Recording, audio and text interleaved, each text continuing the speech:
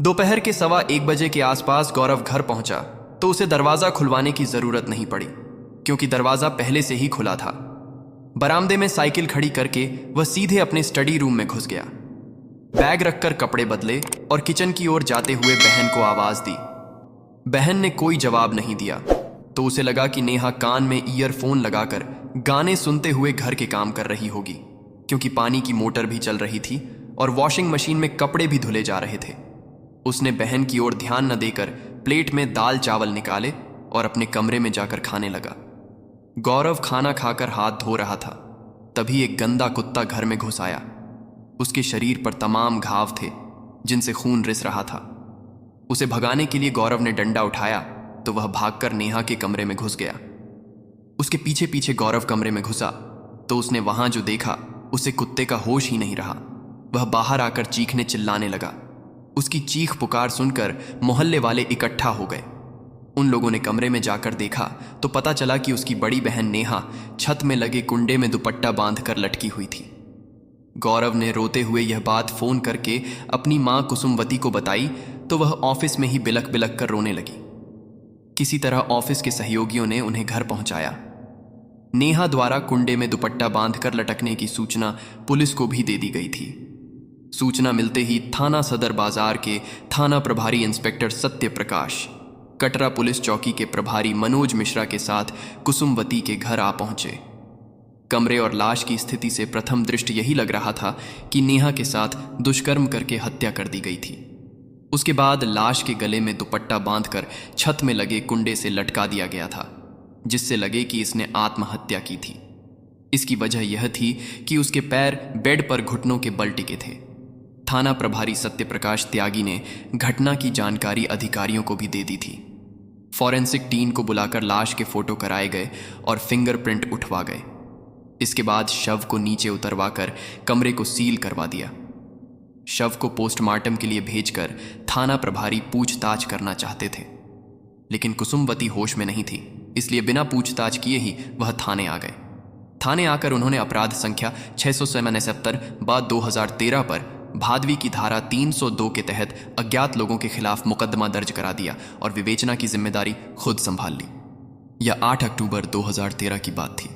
अगले दिन यानी 9 अक्टूबर को पोस्टमार्टम के बाद नेहा का शव उसके घर वालों को सौंप दिया गया, तो घर वालों ने उसका अंतिम संस्कार कर दिया। 10 अक्टूबर 2013 की दोपहर को यही कोई 1 बजे कुसुमवती थाने पहुंची और थाना प्रभारी सत्यप्रकाश त्यागी को एक तहरीर दी, जिसमें उन्होंने नेहा की हत्या का आरोप अपने घर के सामने ही रहने वाले स्वर्गीय ओम प्रकाश के 3 बेटे प्रवीण, प्रमोद उर्फ कलुआ और राहुल के साथ इनके चचेरे भाइयों सुनील तथा दीपू पर लगाया था। थाना प्रभारी सत्यप्रकाश त्यागी ने उन लोगों को नामजद करने की वजह पूछी तो कुसुम ने कहा, सर आप इन लोगों को गिरफ्तार तो कीजिए, वे खुद ही नेहा की हत्या की वजह बता देंगे। कुसुमवती ने अपनी यह बात जिस दृढ़ता और विश्वास के साथ कही थी, उससे थाना प्रभारी को उनके आरोप में दम नजर आया। उन्होंने नामजद लोगों को गिरफ्तार करने के लिए उनके घरों पर छापा मारा तो सभी के सभी फरार मिले। इस बात से थाना प्रभारी का संदेह और बढ़ गया। उन्हें लगा कि हत्या में इन लोगों की कोई ना कोई भूमिका जरूर है। लेकिन इंस्पेक्टर सत्यप्रकाश त्यागी को नेहा की पोस्टमार्टम रिपोर्ट मिली तो उसे पढ़कर उन्हें झटका सा लगा, क्योंकि पोस्टमार्टम रिपोर्ट के अनुसार नेहा की मौत लटकने से ही हुई थी। वह शारीरिक संबंधों की भी आदि बताई गई थी। पोस्टमार्टम रिपोर्ट से सारा मामला ही उलट गया था, क्योंकि जिस स्थिति में नेहा की लाश मिली थी, ऐसे में कोई कैसे आत्महत्या कर सकता था। इस तरह के काम छिप छिपा कर किए जाते हैं, जबकि नेहा के घर के सारे दरवाजे खुले थे, पानी की मोटर भी चल रही थी और वॉशिंग मशीन में कपड़े भी धुले जा रहे थे। नेहा को ऐसी क्या जल्दी थी कि वह पानी की मोटर और वॉशिंग मशीन का स्विच भी नहीं ऑफ कर सकी। पोस्टमार्टम रिपोर्ट के बाद नेहा की मौत रहस्यों में घिर गई थी। अब उसकी मौत का रहस्य तभी खुल सकता था जब नेहा की मां कुसुमवती द्वारा नामजद लोगों को गिरफ्तार करके उनसे सच्चाई उगलवाने के संभावित हथियारों तक पहुंच नहीं सकी। पुलिस पर आरोप लगने लगा तो एक बार फिर पुलिस ने तेजी दिखाई। फलस्वरूप 14 नवंबर 2013 को थाना सदर बाजार पुलिस ने नामजद लोगों में से मुख्य अभियुक्त प्रवीण को गिरफ्तार कर लिया। इसके बाद एक एक करके अन्य अभियुक्त भी गिरफ्तार कर ली गए। थाना प्रभारी सत्यप्रकाश ने इन लोगों से नेहा की मौत के बारे में पूछताछ शुरू की तो पहले यह सभी उन्हें गुमराह करते रहे, लेकिन जब पुलिस ने उन्हें घेरा तो मजबूर होकर उन्होंने सच्चाई उगल दी। प्रवीण ने नेहा की मौत की जो कहानी सुनाई उसमें प्यार तो था ही, उससे भी ज्यादा डर था, जिसकी वजह से इस प्रेम कहानी का दुखद अंत हुआ था। उत्तर प्रदेश के जिला अंबेडकर नगर के रहने वाले मनोज कुमार की नौकरी आगरा सीओडी में लगी तो वह आगरा आ गए थे। बच्चे छोटे छोटे थे, इसलिए वह पत्नी कुसुमवती और बच्चों को अंबेडकर नगर में ही मां के पास छोड़ आए थे। मनोज कुमार पूरे 3 साल अकेले ही रहे। 3 सालों में बच्चे कुछ बड़े हो गए तो मां ने कहा कि अब वह अपनी बीवी और बच्चों को ले जाएं। मनोज कुमार अपने परिवार को आगरा लाने की तैयारी कर ही रहे थे कि मात्र 30 साल की उम्र में ही अचानक उनकी मौत हो गई। तब उनके बच्चों में बेटी नेहा 6 साल की थी तो बेटा गौरव 9 साल का कुसुमवती की मांग ही नहीं। जिंदगी भी सनी हो चुकी थी, वह अपना दुख लेकर बैठी रहती तो उनके बच्चों का क्या होता। वह अपना दुख भूलकर बच्चों की परवरिश में लग गई। 6 महीने बाद उन्हें पति की जगह सीओडी में नौकरी मिल गई तो वह बच्चों को लेकर आगरा आ गई। वह आगरा आकर उसी मकान में रहने लगी थी जिसमें मनोज कुमार रहते थे। कुसुमवती की सास भी साथ आई थी। बहू जब पूरी तरह व्यवस्थित हो गई कि पूरा मोहल्ला इन्हें 5 कौरव कहता था। नौकरी की वजह से राजू को अपना घर परिवार चलाने में कोई परेशानी नहीं होती थी, लेकिन कमाई का कोई साधन ना होने की वजह से राजवती को परेशानी हो रही थी। काफी कहने सुनने के बाद सुनील एक गारमेंट कंपनी में ठेकेदारी करने लगा, जहां से उसे ठीक ठाक कमाई होने लगी थी। पास में पैसा आया तो उसके और बढ़ गए थे। भाई की कमाई पर दीपू भी ऐश कर रहा था।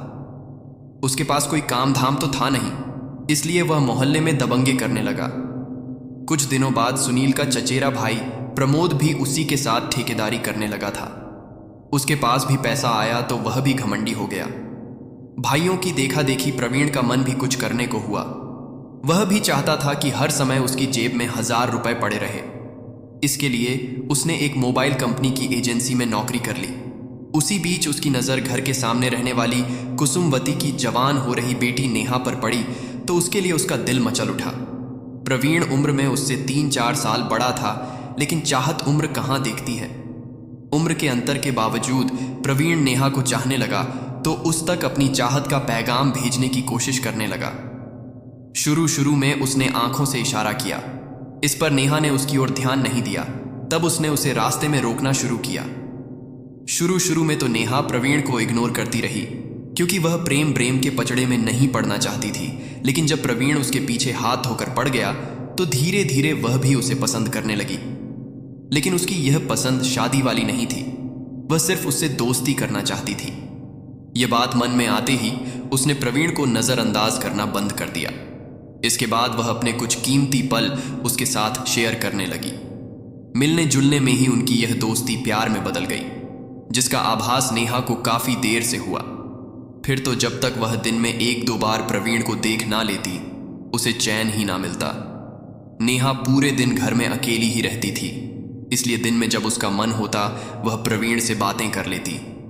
नेहा जिस प्यार को कभी बेकार की चीज समझती थी, अब वही उसे अच्छा लगने लगा था। नेहा को अपने प्रेमी प्रवीण से मिलने में कोई परेशानी नहीं होती थी। माँ ऑफिस चली जाती थी और भाई स्कूल। इसके बाद नेहा जब जहां चाहती फोन करके प्रवीण को बुला लेती, फिर दोनों घंटों प्यार में डूबे रहते। प्रवीण का कुसुमवती की अनुपस्थिति में उसके घर ज्यादा आना जाना हुआ तो आस पड़ोस वालों को अंदाजा लगाते देर नहीं लगी कि मामला क्या है। फिर इस बात की जानकारी कुसुमवती को भी हो गई, लेकिन उन्होंने कभी नेहा पर यह नहीं जाहिर होने दिया। उन्हें उसके और प्रवीण के संबंधों का पता चल गया है।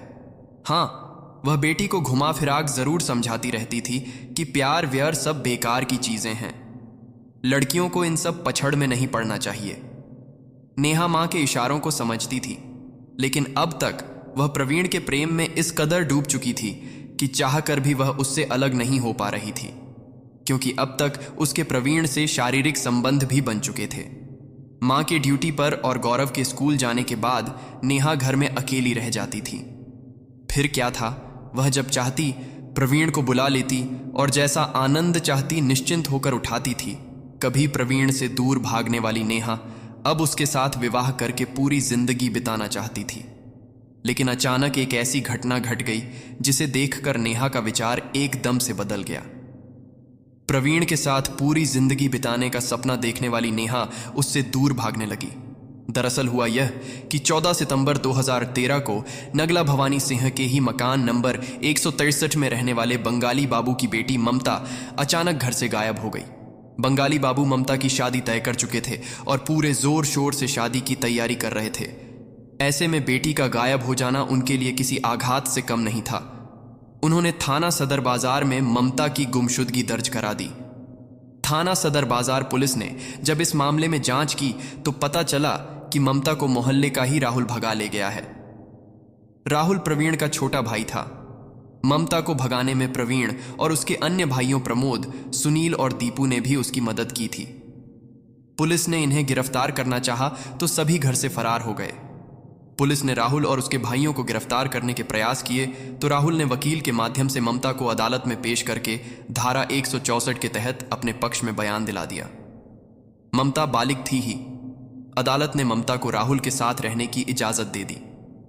राहुल बंगाली बाबू के सामने ही उनकी बेटी को लेकर अपने घर में रहने लगा। राहुल उन्हें जलील करने के लिए छत पर खुलेआम ममता के गले में बाहें डालकर अश्लील हरकतें करता। बंगाली बाबू ने टोका तो राहुल ही नहीं, प्रवीण, प्रमोद, दीपू और सुनील उन्हें गंदी गंदी गालियां देते हुए धमकी देने लगे कि वे उनकी छोटी बेटी को भी ममता की तरह भगा ले जाएंगे। हद तो तब हो गई जब एक दिन राहुल ने अपने भाइयों के साथ बंगाली बाबू के घर में घुसकर उनसे मारपीट करके उनसे कहने लगा कि वह अपना मकान उनके नाम करा दें। नेहा का प्रेमी प्रवीण भी अपने भाई राहुल की हर बुरे काम में पूरा सहयोग कर रहा था। यह सब देखकर वह डर गई कि एक दिन यह लोग यही सब उसकी मां के साथ भी कर सकते हैं। यही सोचकर उसने दृढ़ निश्चय कर लिया कि अब वह प्रवीण से अपना हर तरह का संबंध खत्म कर लेगी। प्रवीण की हरकतों को देखकर उसे उससे जितना प्यार था उससे कहीं ज्यादा नफरत हो गई। प्रवीण और उसके भाइयों से डर भी लगने लगा क्योंकि उन्होंने बंगाली बाबू और उनकी पत्नी के साथ मारपीट भी की थी। यह देखकर उसे लगा कि यह लोग उसकी मां पर भी हाथ उठा सकते हैं, उसके भाई के साथ भी कुछ उल्टा सीधा कर सकते हैं। इसके बाद नेहा ने प्रवीण से मिलना जुलना ही नहीं, फोन पर बात करना भी बंद कर दिया। प्रवीण उसे मिलने के लिए बुलाता तो वह इग्नोर कर देती। अब वह घर से भी नहीं निकलती थी। वह घर में रहकर अपनी पढ़ाई में लगी रहती। यही सब करते 1 से 2 दिन हो गए। इस बीच उसने अपनी मां से भी कह दिया था कि उससे एक गलती हो गई है जिसे वह सुधारने की कोशिश कर रही है। कुसुमवती को पता था कि उनकी बेटी से कौन सी गलती हुई है। वह चाहती थी कि वह स्वयं ही तय करे कि प्रवीण उसके लायक हैं या नहीं। शायद नेहा समझ गई थी कि प्रवीण उसके लायक नहीं है, इसीलिए वह उसे इग्नोर कर रही थी। प्रवीण को इस बात का एहसास हुआ तो नेहा का यह व्यवहार उसे पसंद नहीं आया। वह उससे मिलकर उसके बदले व्यवहार की वजह पूछना चाहता था, जबकि वह उसे मिलने का मौका नहीं दे रही थी। इसलिए एक दिन प्रवीण उसके पीछे पीछे उसकी कोचिंग पहुंच गया। नेहा ने उससे बात नहीं की तो घर आकर उसने उसे फोन किया। नेहा को पता था कि प्रवीण सीधे उसका पीछा छोड़ने वाला नहीं है, इसलिए उसने फोन रिसीव करके कहा, आज के बाद तुम कभी मुझे फोन मत करना क्योंकि अब मैं तुमसे कोई संबंध नहीं रखना चाहती। ये हमारी अंतिम बातचीत है। इतना कहकर नेहा ने फोन काट दिया। नेहा की इस बात से प्रवीण भन्ना उठा। उसे लगा कि नेहा ने उसे इस तरह जवाब देकर उसकी दबंगई और मर्दानगी को थप्पड़ मारा है। गुस्से में सीधे वह नेहा के घर जा पहुंचा। नेहा उस समय अपने कमरे में पोछा लगा रही थी, साथ ही वॉशिंग मशीन में कपड़े भी धो रही थी। पानी की मोटर भी चल रही थी। पोछा की ही वजह से उसने मकान के सभी दरवाजे बोल रखे थे। उसे क्या पता था कि उसके मना करने के बावजूद प्रवीण जबरदस्ती उसके घर आ जाएगा। प्रवीण ने कमरे में जाकर नेहा के गाल पर एक थप्पड़ मारकर कहा, मैं मिलने के लिए बुला रहा हूं तो कह रही है कि मैं नहीं आऊंगी। तेरी यह मजाल, मैं चाहूं तो तुझे अभी उठा ले जाऊं और किसी वेश्या बाजार में बेच दूं। मेरा कोई कुछ नहीं कर पाएगा। पुलिस भी हमारे ऊपर हाथ नहीं डाल सकती। देख तो रही है, ममता मेरे घर में है, उसका बाप ही नहीं, पुलिस भी हमारा कुछ नहीं बिगाड़ पाई। प्रवीण की इस हरकत पर नेहा को भी गुस्सा आ गया। वह उससे भिड़ गई। इस पर प्रवीण बौखला उठा और उसने नेहा की ऐसी धुनाई की कि उसका एक दांत टूट गया और होंठ भी फट गया। इस तरह नेहा पर अपना गुस्सा उतार कर प्रवीण जिस तरह आया था उसी तरह चला गया। प्रवीण के जाने के बाद नेहा ने अपनी हालत पर गौर किया तो उसे लगा कि जब इस सब की जानकारी मां को होगी तो वह जीते जी मर जाएंगी। वह यह सब कैसे बर्दाश्त करेंगे? जिस बेटी पर उन्होंने ईश्वर से भी ज्यादा विश्वास किया, उसने उन्हें इतना बड़ा धोखा दिया। वह जानती थी कि प्रवीण अपने भाइयों के साथ मिलकर कुछ भी कर सकता है, जब चाहे उसे उठा ले जा सकता है, उसकी मां की भी बेइज्जती कर सकता है, उसके भाई के साथ भी कुछ उल्टा सीधा कर सकता है। यह सब सोचकर वह डर गई। उसे लगा कि अगर कुछ ऐसा होता है तो यह सब उसी की वजह से होगा। तब उसे लगा कि अगर वह नहीं रहेगी तो यह सब होने से बच जाएगा। यही सोचकर उसने तय किया कि अब वह नहीं रहेगी। फिर उसने गले में दुपट्टा बांधकर आत्महत्या कर ली। प्रवीण के इस बयान के बाद पुलिस ने उस पर आत्महत्या के लिए प्रेरित करने का मुकदमा दर्ज कर कोर्ट में पेश किया, जहां से उसे जेल भेज दिया गया। उसके बाकी भाइयों के नाम निकाल दिए गए। नेहा की मां ने इन 5 कौरवों के डर से वह मोहल्ला छोड़ दिया है।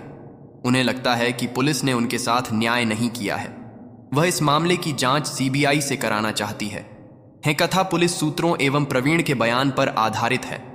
अगर आपको हमारी मेहनत पसंद आई हो तो इस वीडियो को लाइक करते हुए शेयर भी करें, ताकि बाकी लोग भी इस खौफनाक कहानी के बारे में जान सके। अगर आपने अब तक इस चैनल को सब्सक्राइब नहीं किया है तो जल्दी से अपकमिंग एडविक चैनल को सब्सक्राइब कर लें। बेल आइकन दबाकर नोटिफिकेशन जरूर ऑन कर ले। मिलते हैं क्राइम की दुनिया से जुड़ी ऐसी ही एक और सच्ची कहानी के साथ। धन्यवाद।